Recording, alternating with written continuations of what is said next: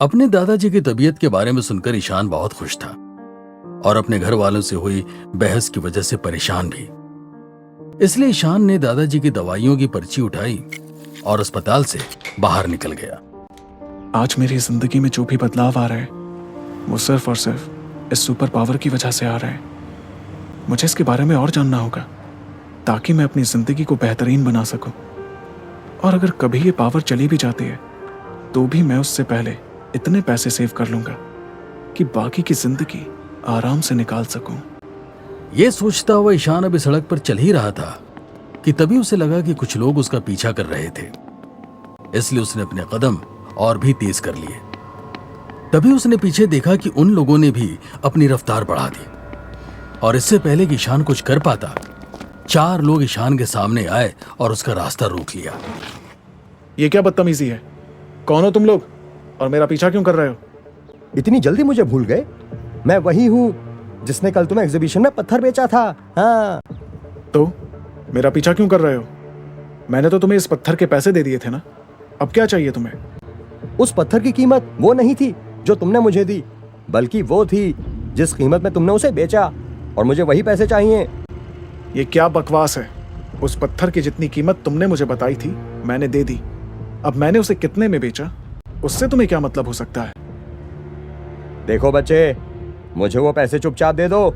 वो मेरे पैसे हैं, वरना मेरे पास पैसे निकलवाने के और भी तरीके हैं। तुम्हें भी पता है कि ये तुम गलत कर रहे हो, फिर भी तुम्हें लगता है कि तुम मुझसे पैसे ले सकते हो। तो सपने देखो, मैं तुम्हें कुछ नहीं देने वाला हूं। लगता है तुम ऐसे नहीं मानोगे।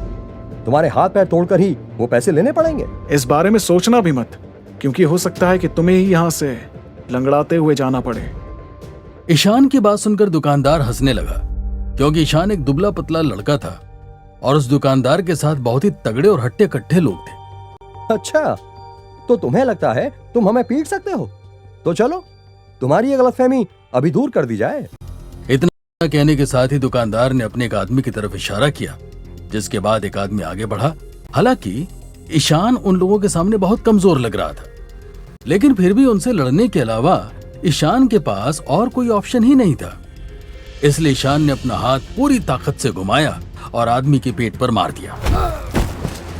ईशान के मुक्के की वजह से वो आदमी दूर जाकर गिरा, जिसे देखकर वहां खड़े सभी लोग हैरान थे। वहीं दुकानदार ने जब ये देखा तो उसे भी अपनी आंखों पर यकीन नहीं हो रहा था। इसलिए वो गुस्से में आगे बढ़ा, लेकिन इससे पहले कि वो ईशान को छू भी पाता, ईशान ने फिर से पूरी ताकत से हाथ घुमाकर दुकानदार के मुंह पर चढ़ दिया, जिससे दुकानदार के मुंह से खून आने लगा। उसके बाद ईशान ने इसी तरह बाकी 2 लोगों को भी किक मारी। किक पड़ने की वजह से बाकी 2 लोग भी दर्द से चिल्ला रहे थे। साथ ही ईशान भी हैरान था। उसे भी अपनी ताकत पर यकीन नहीं हो रहा था, लेकिन वो इस वक्त उन लोगों को चित कर चुका था। इसके बाद ईशान ने दुकानदार की कॉलर पकड़ी। क्यों? मिल गया तुम्हें तुम्हारा पैसा या और चाहिए? मुझे तुमसे कुछ नहीं चाहिए। प्लीज मुझे छोड़ दो। मैं वादा करता हूँ आगे से तुम्हें कभी परेशान नहीं करूंगा। अगर फिर से मार खानी हो तो ही मेरे पास वापस आना, समझे? इसके बाद ईशान ने उस आदमी को छोड़ दिया, जिसके बाद वो सभी लोग वहां से भाग गए। इसके बाद ईशान ने अपने कपड़े साफ किए और वहां से निकल गया। वहीं एक काली गाड़ी में बैठे 2 लोग ये सब होता हुआ देख रहे थे। देखा सर, मैंने कहा था ना, ये लड़का कोई आम लड़का नहीं है। कैसे इसने उन गुंडों को धूल चटा दी।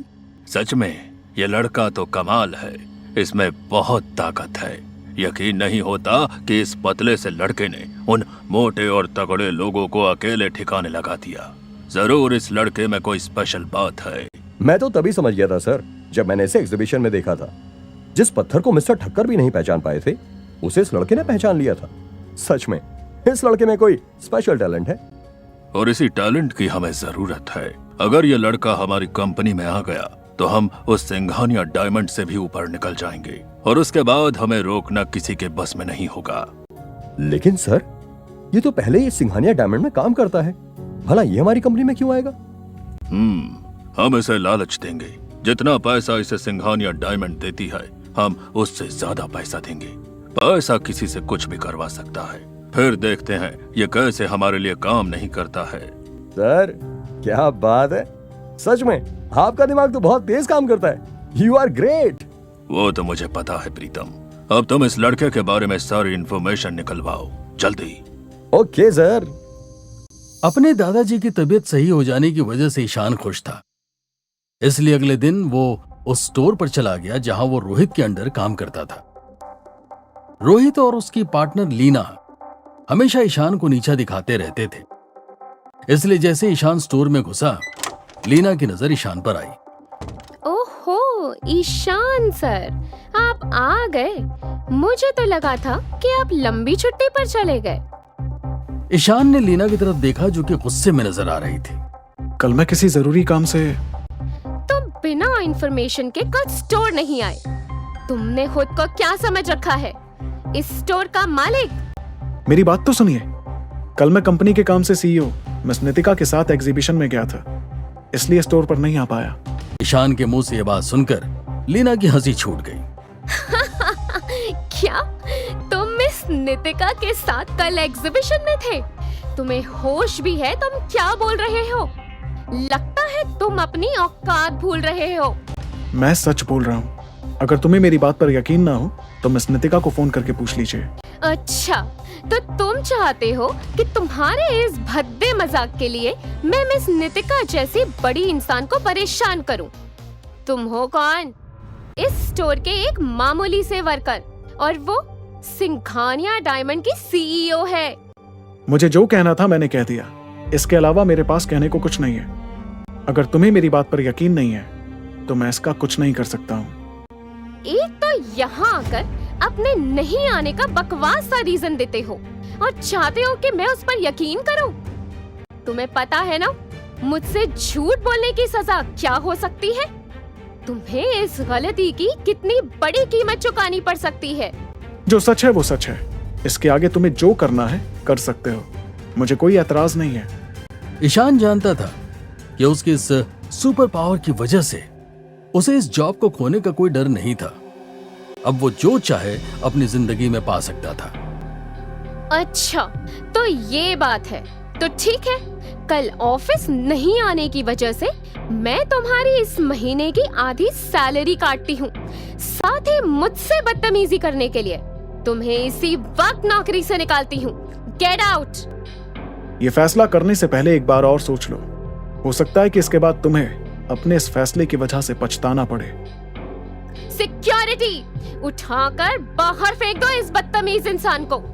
मुझे इसकी शक्ल भी नहीं देखनी है।